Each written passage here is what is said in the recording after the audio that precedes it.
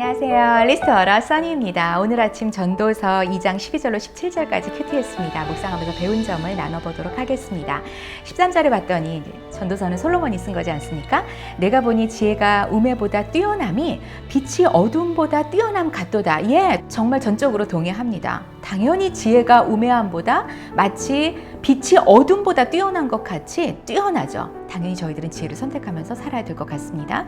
그런데 이 지혜에 대해서도 솔로몬이 meaningless, 무의미한 것 같아, 바람 잡는 것 같아 라고 한탄하는 그 이유는 무엇이냐? 14절에 보면 그들 모두가 당하는 일이 같다라는 거죠. 그들 모두가 당하는 일, 죽음에 대해서 얘기합니다. 지혜자의 죽음이 우매자의 죽음과 일반이라. 우매자가 죽는 것처럼 지혜자도 결국은 죽는다는 거죠. 죽음을 피할 수가 없다는 거예요. 지혜자나 우매자나 똑같이 죽는다는 거예요. 그리고 죽고 나서 지혜자도 우매자와 함께 영원하도록 기억함을 얻지 못하나니 후일에는 모두 다 잊어버린 지 오래일 것입니다. 다 잊혀진다는 겁니다. 내가 아무리 지혜를 쌓고 명성을 날리고 그리고 이 나라를 정말 부국강병으로 잘 다스렸다 하더라도 결국 나도 우매자와 똑같이 죽는 거는 매 한 가지고 그리고 세월이 지나면 잊혀진다. 그러니 지혜를 쌓고 잘 지혜로 다스린다는 게 무슨 의미가 있을까라고 솔로몬이 얘기하는 겁니다. 맞는 말도 있고 꼭 제가 그렇게 생각하지 않는 부분도 있습니다. 예, 일단은 뭐 누구든지 믿음이 좋은 사람이나 또 믿음이 없는 사람이나 저희들이 세상사를 살면서 당하는 뭐 유사한 일들이 같은 일들이 많이 있습니다. 우리 모두가 다 죽고 또 아플 때는 아프고 그리고 또 어려움을 당하는 것들도 비슷하게 많이 있습니다. 하지만 그럼에도 불구하고 지혜가 무의미하다라고는 저는 생각하지 않습니다. 지혜가 무엇입니까? 여호와를 경외함이 지혜의 근본이라고 하셨습니다. 하나님을 경외하고 믿음으로 사는 삶이 결코 헛되지 않습니다. 결코 그렇지 않은 하나님을 경외할 줄 모르는 우매한 자와 결코 그 인생이 그리고 그 영혼이 결코 동일하지 않습니다. 먼저는 죽고 나서 영혼이 완전히 갈리죠.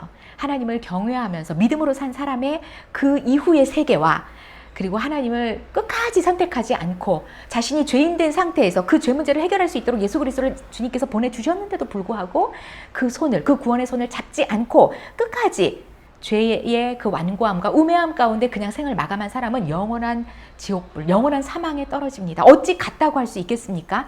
이 세상을 마감하는 건 똑같지만 그 이후의 세계가 완전히 갈립니다. 그러므로 우리는 당연하게 이 땅에 있으면서 지혜를 꼭 선택해야만 합니다. 절대 미닝리스하지 않습니다. 너무너무 꽉 찬 미닝풀입니다.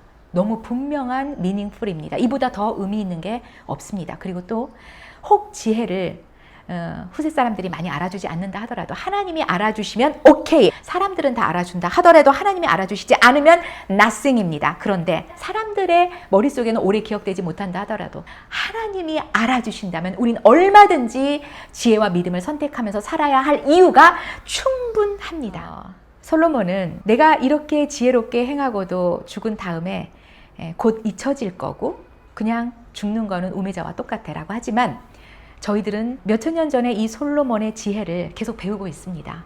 잠언을 통해서 전도서를 통해서 계속 솔로몬의 지혜를 배우고 있습니다. 얼마나 개인적으로 솔로몬에게 고마운지 모릅니다. 하나님께로부터 받은 그 전무후무한 지혜를 계속 저희 후대 사람들에게 남겨주고 있지 않습니까? 그래서 저희들이 시행착오를 덜하고 지혜를 빨리빨리 선택하는 그러한 선택에 분명히 잠언의 지혜가, 전도서의 지혜가 저희들에게 그런 지혜로운 선택에 영향력을 줍니다. 네, 살아 있습니다. 그리고 또 솔로몬이 마지막 그 말년에 정말 하나님 앞에서 믿음으로 훌륭하게 살다가 그 말년에 행한 우매함도 저희들이 기억하고 있습니다. 절대 그렇게 하면 안 된다는 타산지석으로 반면교사로 본을 또 삼고 있습니다. 이것도 영원히 남는다는 거 꼭 기억하고 정말 경각심을 가지고 근신하며 깨어 살아야겠다는 생각도 합니다. 지혜는 지혜롭게 행한 대로 우매하게 행한 대로 후세 사람들이 기억하고 좋은 이그젬플로 혹은 그렇게 하면 안 되겠다는 이그젬플로 분명히 본을 삼고 배웁니다. 저희들이 이것을 꼭 기억하는 가운데 오늘 하루 지혜를 선택해서 후대들에게도 가까이 있는 저희 자녀들에게도 정말 지혜로운 좋은 본이 되어야겠다는 생각을 합니다. 그리고 또 저희들이 어떤 식으로든 긍정적이고 믿음의 지혜의 발언을 하는 것은 그것을 듣는 이들에게 분명히 영향을 줍니다. 그 영향력이 크든 작든 영향을 줍니다. 저희들도 그런 영향을 받지 않습니까? 누군가가 저희들에게 계속 격려해주고 힘을 북돋아주고 믿음으로 하자고 촉진제 같은 그런 말을 해줄 때 저희들의 마음에서 실제로 믿음의 힘이 막 솟아오릅니다. 그리고 믿음으로 해야지 라는 그런 영향을 받습니다. 마찬가지로 저희들의 입 밖으로 하는 그런 지혜로운 말들도 다른 사람들에게 영향을 줍니다.